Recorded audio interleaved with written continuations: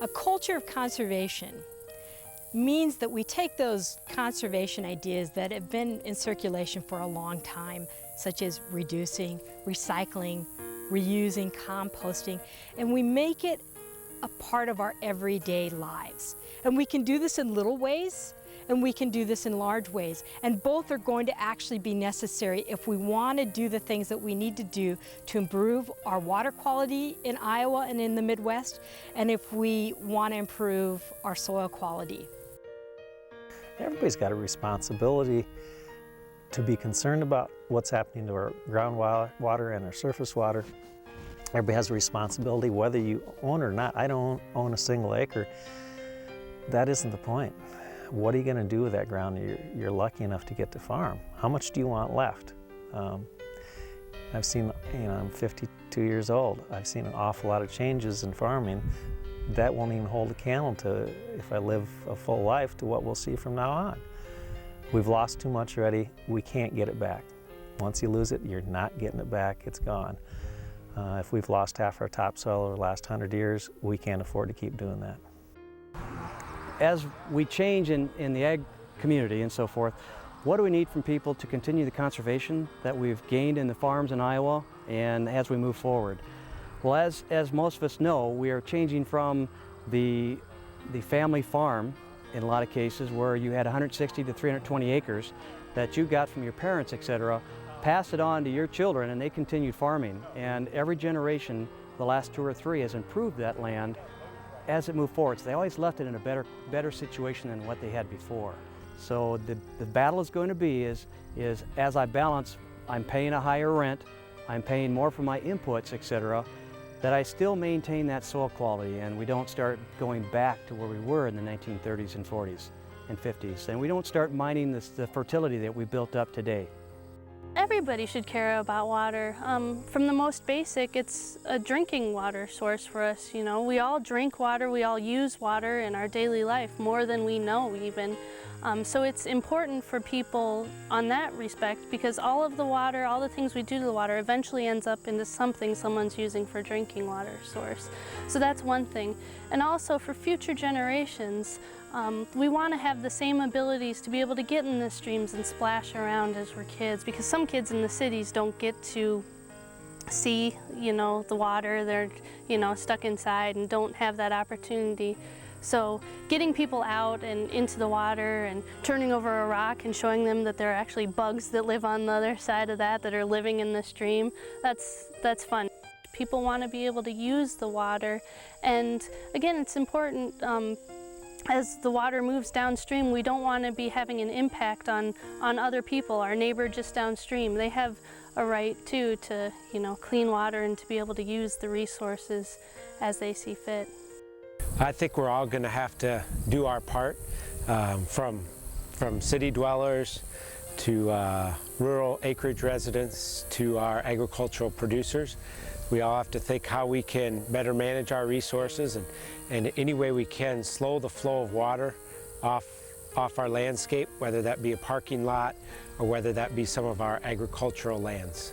We will probably see greater variability in some of our weather patterns, and so I think it's going to become even more important that we have practices in place and a mindset to conserve where we can and minimize disturbance where we can.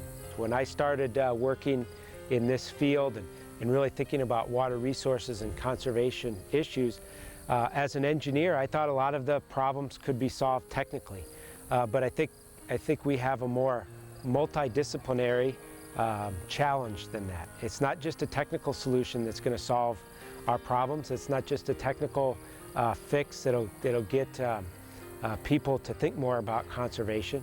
I think there are a lot more emotional factors that come into play. And looking at human behavior a little bit.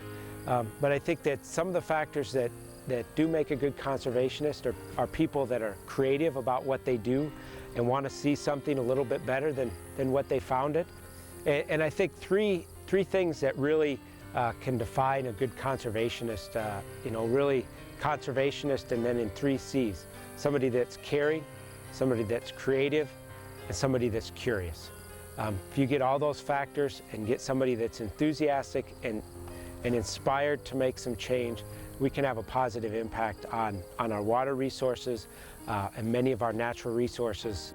One of the big issues, water quality issues across the state or across the nation right now is the amount of pharmaceuticals that are in the water downstream of our urban centers. That's an issue we're going to have to pay attention to in the future.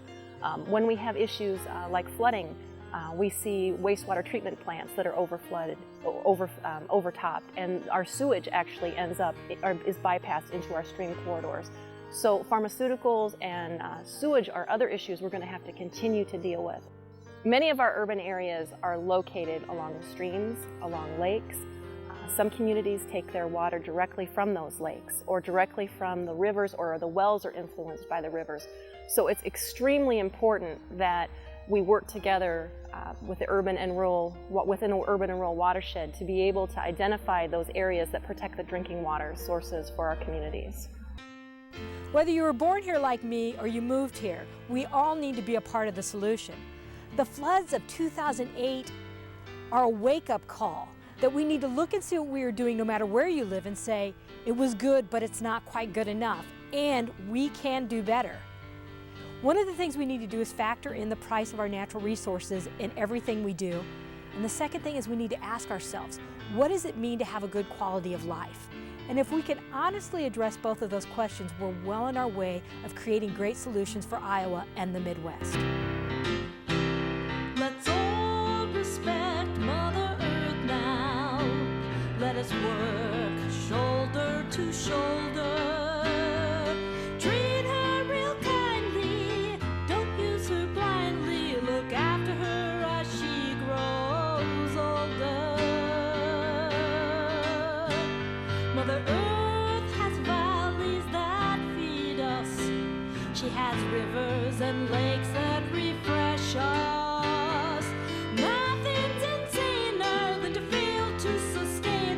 But show her we know that she's precious.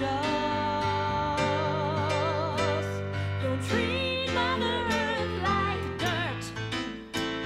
Erosion, pollution, they hurt.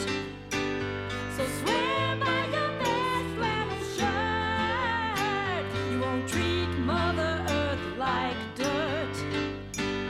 Don't treat Mother Earth like dirt.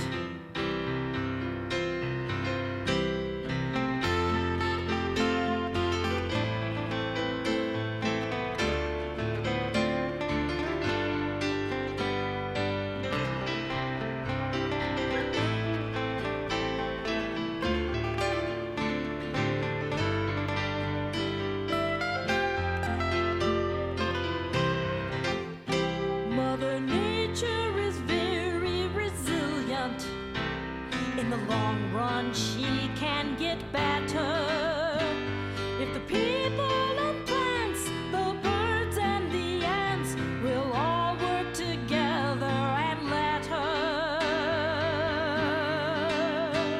Mother Earth is a real special lady. Let's show her we're thinking about her. Let's show